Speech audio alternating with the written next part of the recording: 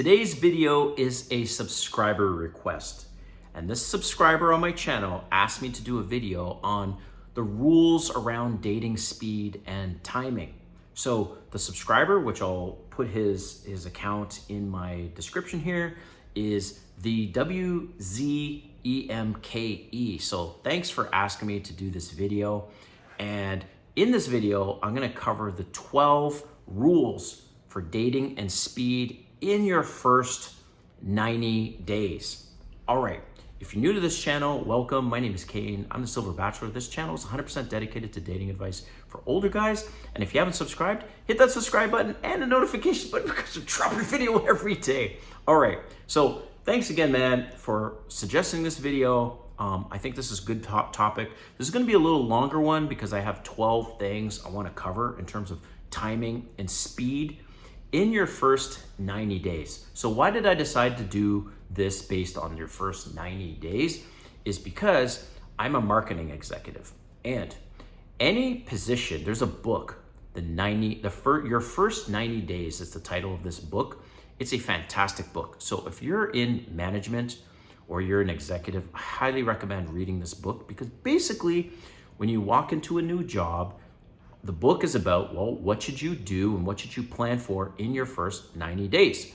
Because your first 90 days, basically your first 3 months, will determine the pace, will determine the foundation of whether or not your employer is going to like you, right? And it's the same thing when you're dating. And for the first 90 days are critical. So I'm just gonna jump right into this because I've got 12 that I wanna cover. And the most important, in my opinion, is number 10. So if you stick around, I guarantee number 10 is gonna be worth your while. All right, so let's jump right into this. And I made a whole bunch of notes. All right, number 1, dude, ask for the date within 24 hours. So you've met this person at a restaurant bar organically, or you've met this person on a dating app. Like, I don't understand you guys becoming pen pals. And you're writing and you're texting, trying to get to know her over the course of days. Ask her out. That's what I do. I have a 24-hour rule. I ask her out within the first 24 hours. A, I want to know, is she actually genuinely interested to go out with me? And B, I want to save all my questions for the date. Well, not all my questions, but I want to save some of the major questions for the actual date that we're on. All right. So I ask her out right away. I want to know the intention, and I just want to save some of the questions for when we're in person. All right. So ask her out right away. That's number 1. Number 2, do not text her more than 3 or 4 times per week. I don't understand why you feel you have to text her every single day. That is a yellow flag to her. Okay. She's going to perceive that. If you're constantly texting her every single day, it's different if she's texting you and you're responding. But if you're the one constantly initiating, constantly wanting her attention, she will see you as thirsty and she will see you as not having any options. And you know what? I learned a lesson around this. And this was as recently as 1.5 years ago. And I was a little enamored by this woman I started dating. And it was like the first couple months in, maybe 3 months. And I did pass the 3-month mark, but I was texting her every single day because I liked her a lot. And I learned this lesson, not to do this. And then eventually she said, look, I find it a little much. Can we not text so often? And I was like, oh, ouch. And I think you know what happened to that relationship. Well, obviously I'm not seeing her anymore, and it very quickly fell apart. And that was one of the mistakes that I made, and I'm sharing that with you, to not text her every single damn day. Only do 3 or 4 times a week. That's totally fine. And she's gonna think, wow, this guy's busy, he has options. So that's number 2, only text her 2 or 3 times a week. Number 3 is do not be the only one texting her good morning or good night. A lot of you guys, you think that she's gonna lose interest if you don't say good morning, and you're the first one to always say good morning, or you're the first one to say good night, have a good night. Don't do that. You don't need to. If she says good morning, sure, you say good morning. Basically, think of it as ping pong, back and forth, right? You don't want to keep on being the only one putting that out, good morning, good night. So back and forth, all right? So that's number 3. Number 4 is, this is important, man. Forget the texting all the time. Call her, voice message her, like send a voice memo, or just randomly give her a call. Women love phone conversations. More than text, actually, has been my experience. And I've been on hundreds of dates in the last couple of years, so I know this. So that's number 4, is call her sometimes and drop some voice memos. Number 5, be the leader and plan the date. And now I say plan the date, you plan everything, the details, everything. You make the reservation, you choose the restaurant, you say what time, you think of logistics. Are you picking her up? Is she getting an Uber? Is she driving there? What's the parking situation like? Think of all those things, because that's what she's looking for. She just wants to be taken care of, right? Women have a lot going on, so do men, but you have no idea what has been going on that day with her, that week. Maybe she has children, maybe she doesn't, and she just wants to just escape, right? When women go out on dates, I will leave you guys with this, they go on dates to escape the boring, the traumatic, the drama of the day to day, right? So when they are going out to escape, they expect you to take care of all those details. So that's number 5, is to be the leader and make plans. Number 6 is your first date should always be, and this isn't just coming from me, this is coming from Patty from Millionaire Matchmaker. Very successful show, very successful matchmaker. And she said your first date should involve food and drink, okay? So that's number 6. Your first date should involve food or drink. Doesn't have to be expensive. You can go for happy hour, right? You can go for, some Mexican restaurant, because typically Mexican restaurants are much cheaper. You can go for some arepas or whatever and have some cocktails or something. So you don't have to spend a lot, but it should always involve food and drink. So that's number 6. Number 7, and this is important, is to always sit beside her, not across from her, okay? Why? Because it's more intimate and you both have a chance to touch each other. The touching is critical, basically in any date, you wanna have that touching. If her hand is on your knee, or she's touching your arm because she thinks you're funny, you're touching her arm, it's more intimate versus like interview style where you're like across from each other. I see couples like that all the time. And you might be thinking, well, Silver Bachelor, what if they don't have an actual bar? Which, sure, there's exceptions.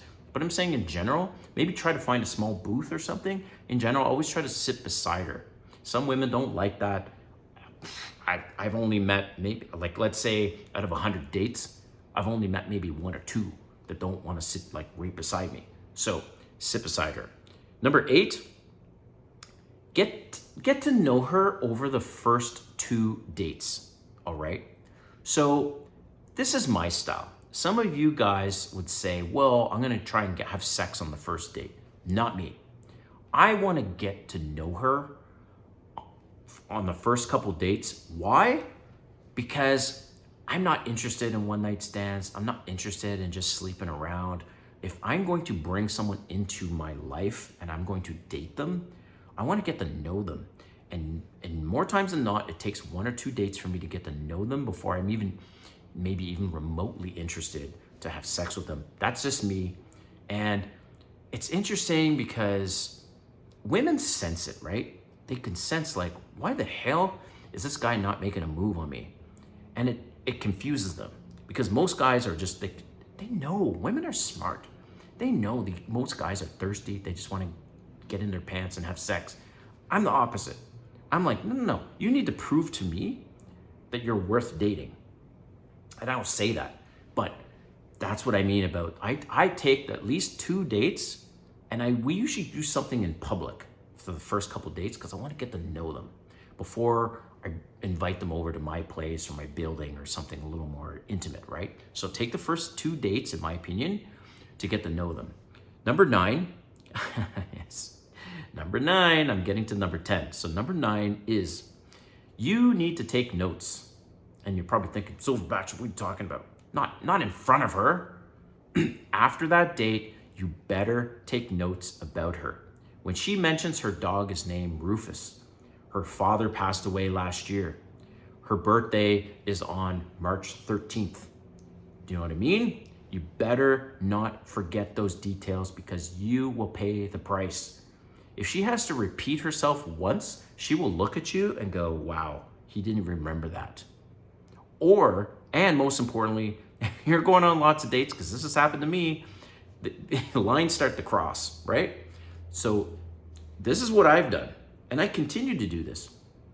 If I take notes about this person, before I meet her every single time, I read through those notes again, just to make sure, oh, right, yeah, shit, her dog is 3 years old and her dog's named Rufus. Get that. Because what if the other girl that you went on a date with last week also has a dog and it's a different name? Oh, damn. Can you imagine? You say, oh, so how's Pluto? And she's like, what? Right, you don't want to get caught with this stuff. So number 9, you take notes, all right. Number 10, this is the most important out of all of this, okay? Number 10 is, remember how I said that I take at least the first couple of dates to get to know her?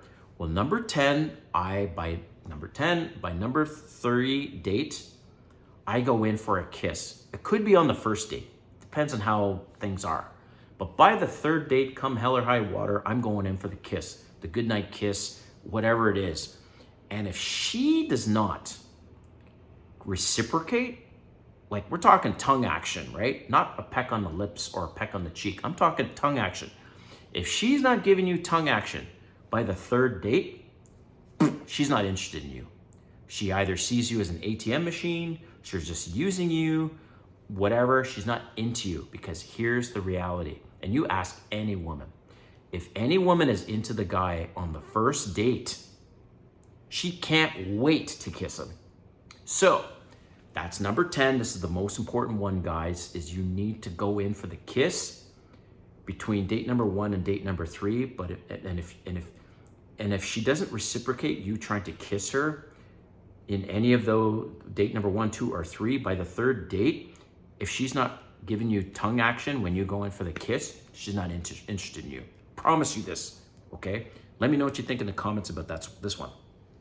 All right, number 11 is oh yes, all right. So number 11, because I made a bunch of notes, no exceptions. You need to invite her to your place between date number 3 and date number 5. Could be earlier, but for me, like I said, I want to get to know them first. So I usually like to go out on a couple dates first. If she says, hey, do you want to do something chill after the first date? And you're like, okay, do you want to come over? And it's date number 2? Sure. But I make it a personal rule that by date number 3, between 3 and 5, I ask them to come over. I live in a luxury apartment building, okay? We have this beautiful club lounge with a pool, huge TV, couches, and everything else. It's super awesome. So usually by about date number 3-ish, 4, I'll say, hey, do you want to watch this big event that's on? And I'll bring my speakers and laptop and we'll put it on the big TV and we can sit there at the couch. Or maybe, hey, do you want to suntan with me and go in the pool? So I'm not like saying, come over to my house, right? Come over to my building.